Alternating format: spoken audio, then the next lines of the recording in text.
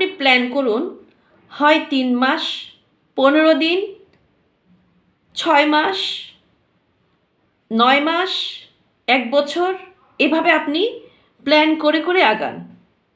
প্রথমে 15 দিন প্ল্যান করুন। বাচ্চাকে 15 দিন টেস্ট করে দেখুন এই ম্যানেজমেন্ট কাজ হচ্ছে কি না।